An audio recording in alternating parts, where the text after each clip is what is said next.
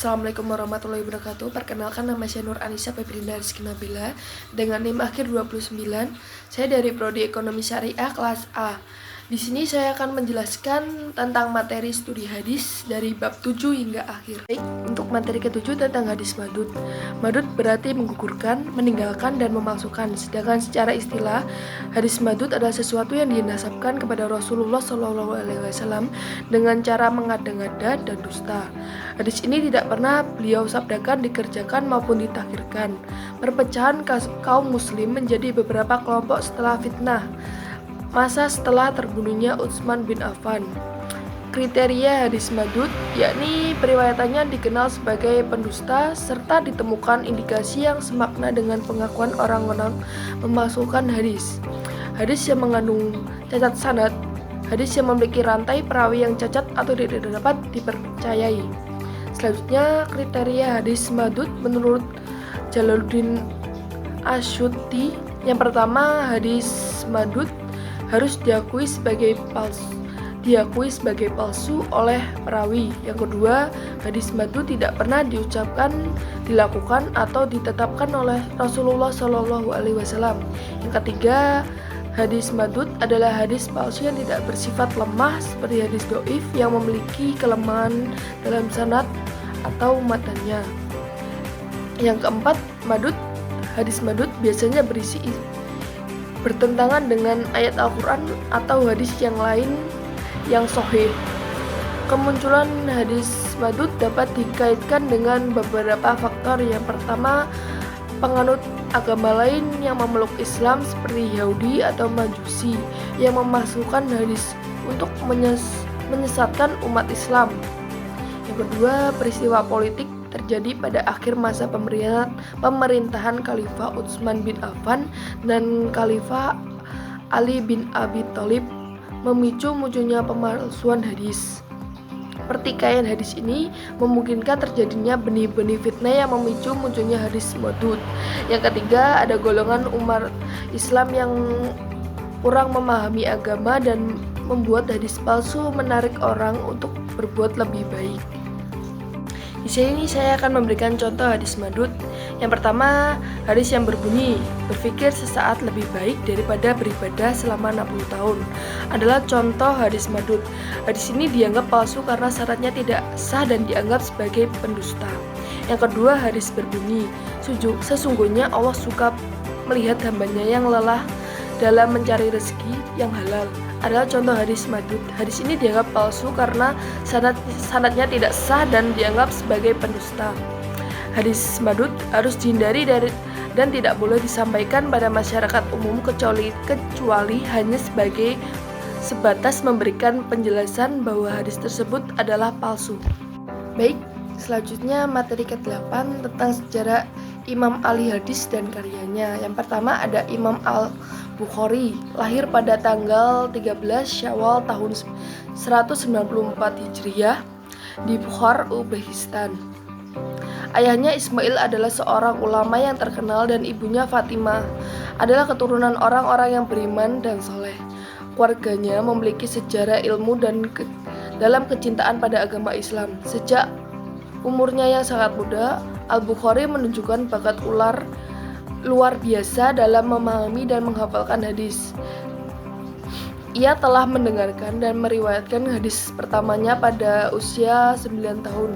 Karya utamanya, Sahih Al-Bukhari, adalah suatu sumber utama ajaran Islam, menjadi rujukan penting bagi ulama Islam di seluruh dunia. Koleksi ini memahami waktu 16 tahun untuk diselesaikan dan sejak itu komplikasinya telah dianggap sebagai buku hadis paling otentik dalam sejarah. Yang selanjutnya, Imam Muslim adalah seorang ahli hadis yang terkenal dan penulisan kitab Sahih Muslim.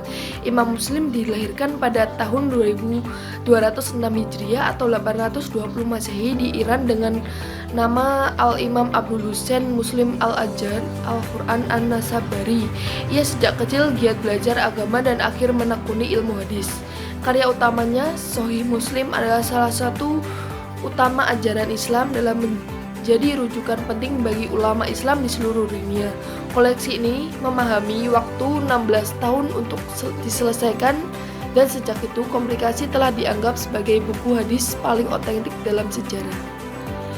Ya, selanjutnya Imam Tirmizi, nama lengkapnya adalah Muhammad bin Isa bin Surah bin Musa As-Sulaimi. Lahir pada tahun 825 Masehi di Tirmizi. Ia adalah seorang ahli hadis dan imam yang terkenal dengan kitabnya Jami' at-Tirmizi atau Sunan at-Tirmizi. Kitab ini tergolong salah satu kutubus sittah atau 6 kitab pokok bidang hadis. Imam Tirmizi belajar hadis dari Imam Bukhari dan meriwayatkan hadis-hadis dari berbagai guru. Ia juga belajar fikih dengan Imam Malik dan Imam Syafi'i. Karyanya yang paling terkenal adalah Jami' at-Tirmizi yang memuat 3.956 hadis pilihan. Kitab ini diterima oleh para ulama hadis Irak, Khurasas, dan mereka semua setuju dengan isi kitab itu.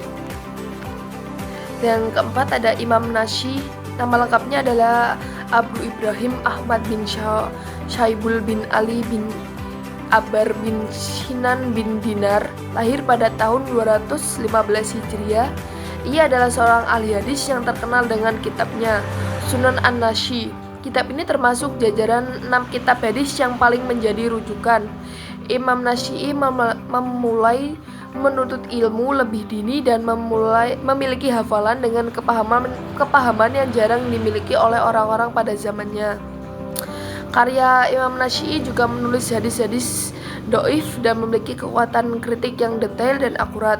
Ia memiliki lawatan ilmiah yang cukup luas, berkeliling ke negeri-negeri Islam dan mendengar hadis dari banyak orang yang mendengar hadis dari para hafiz dan syokir.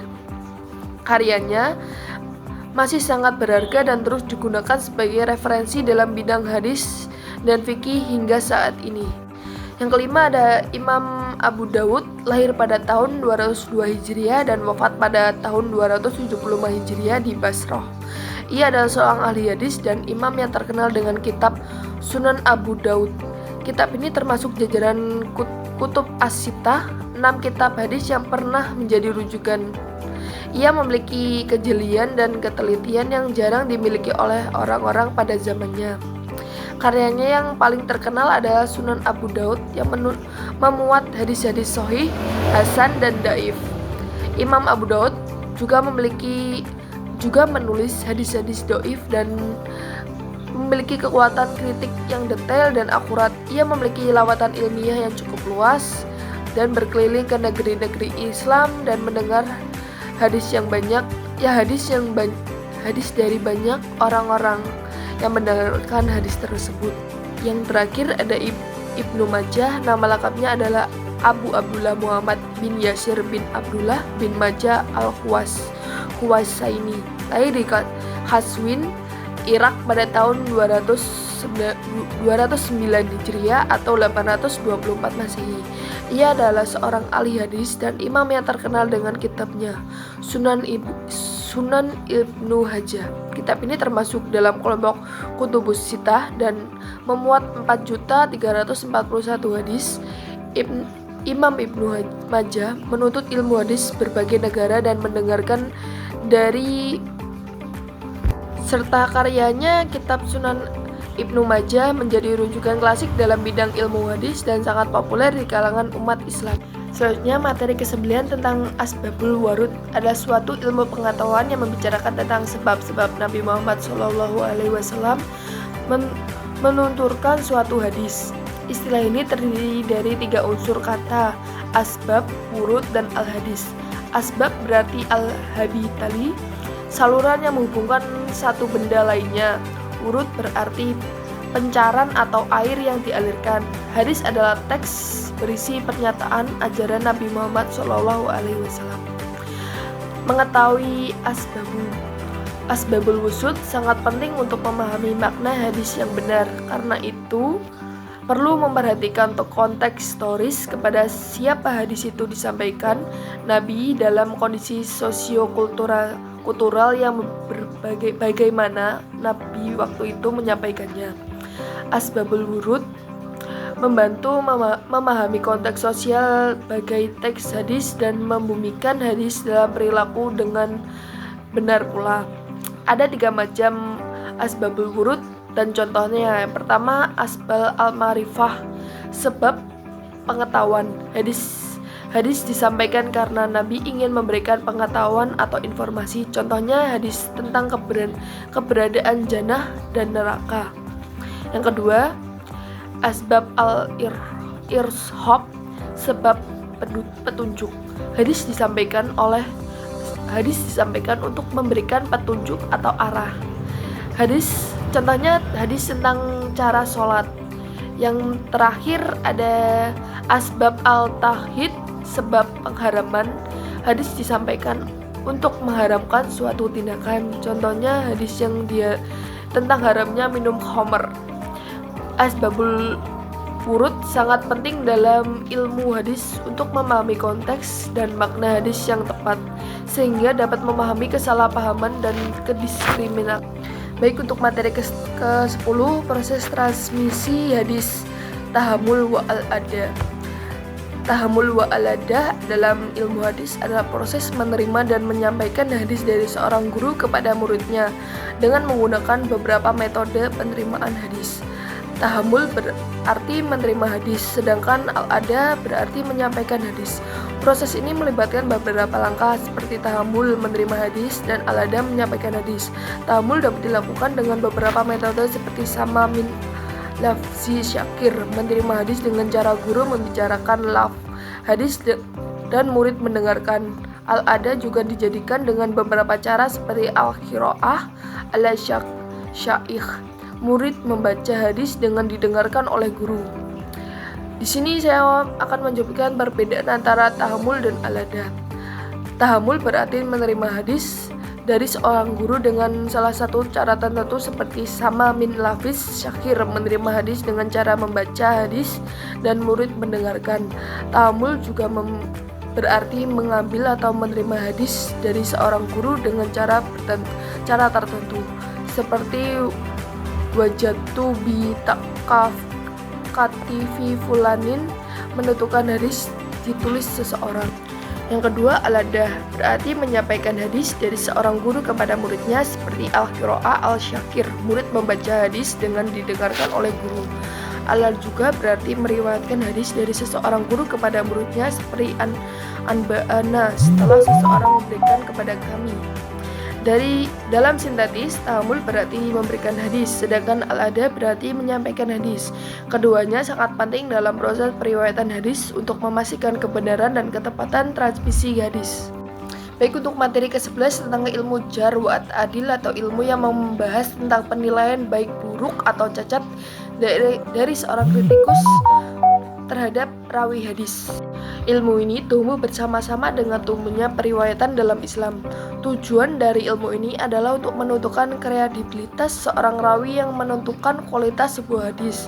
Perbedaan ilmu jar wa ta'dil dalam menentukan kualitas hadis terjadi karena ulama jar wa ta'dil memiliki kriteria yang berbeda dalam menilai seseorang rawi. Contohnya, Yahya bin Ma'in menggunakan istilah sihoh untuk menggambarkan seorang rawi yang berkepribadian baik dan punya kecakapan akal maupun mumpuni, sedangkan ulama lain menggunakan istilah sahduh atau solih untuk menggambarkan seorang rawi yang lebih rendah derajatnya. Di sini saya memberikan 2 contoh jar wa ta'dil. Yang pertama, munkar. Berarti hadis tidak diterima karena tidak sesuai dengan syariat Islam. Contohnya hadis yang mengatakan bahwa Nabi Muhammad SAW, jika seorang berdoa dengan tulus maka Allah akan mengabulkan doanya, adalah munkar karena tidak sesuai dengan syariat Islam. Yang kedua, mujahal, yang berarti tidak jelas atau tidak dapat dipahami. Contohnya hadis yang mengatakan bahwa Nabi Muhammad SAW, jika seseorang berdoa dengan tulus maka Allah akan mengabulkan doanya, adalah mujalah karena tidak jelas apakah doa dengan tulus berarti berdoa dengan sungguh-sungguh atau berdoa dengan berbagai cara. Kegunaan ilmu jarh wa ta'dil adalah ilmu menentukan kualitas hadis dan kredibilitas seorang rawi. Ilmu ini membantu mengetahui keadaan para rawi, baik yang atau yang buruk, sehingga dapat memastikan kebenaran atau ketepatan transmisi hadis. Baik, untuk materi terakhir tentang takhrij hadis adalah suatu proses menelusuri dan mengumpulkan hadis Nabi Muhammad SAW dari sumber aslinya. Tujuan takhrij hadis adalah untuk memahami kualitas dan keaslian hadis dengan mengumpulkan sanad dan matan lengkap. Langkah dalam proses takhrij hadis meliputi yang pertama, menentukan hadis yang akan diteliti dengan mencari kata kunci dan sanad. Yang kedua, mengumpulkan sanad dan matan hadis lengkap untuk memahami kualitas hadis. Yang ketiga, mengkritik hadis melalui sanad untuk mengetahui apakah sanadnya muta'awir atau tidak, sehingga dapat menentukan kualitas hadis.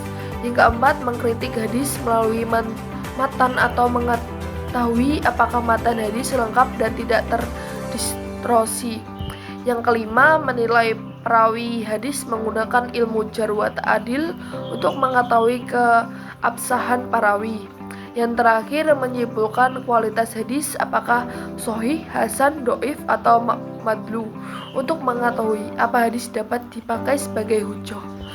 Dengan demikian, langkah-langkah takhrij hadis membantu para ulama muhaddits membedakan hadis sahih, hasan, dhaif maupun madlu serta memahami kualitas hadis secara baik. Di sini ada macam-macam takhrij hadis yang meliputi yang pertama, melalui lafaz yang ada pada matan hadis, mengumpulkan sanad dan matan lengkap suatu hadis melalui lafaz yang ada pada matan. Yang kedua, mengumpulkan sanad matan lengkap suatu hadis melalui matan awal suatu hadis. Yang ketiga, mengumpulkan sanad dan matan lengkap suatu hadis melalui perawi pertama. Yang keempat, melalui tema-tema yang terdapat pada kitab sumber, mengumpulkan sanad dan matan lengkap suatu hadis melalui tema-tema yang terdapat pada kitab sumber. Dan yang terakhir, mengumpulkan sanad dan matan lengkap suatu hadis, memperhatikan keadaan matan dan sanad hadis. Contoh takhrij hadis adalah hadis tentang mengusap dua muzoh yang takhrij oleh Imam Al-Durrani dari 25 periwayat dan Imam Al-Zailai dari Imam Umar ibnu Abdul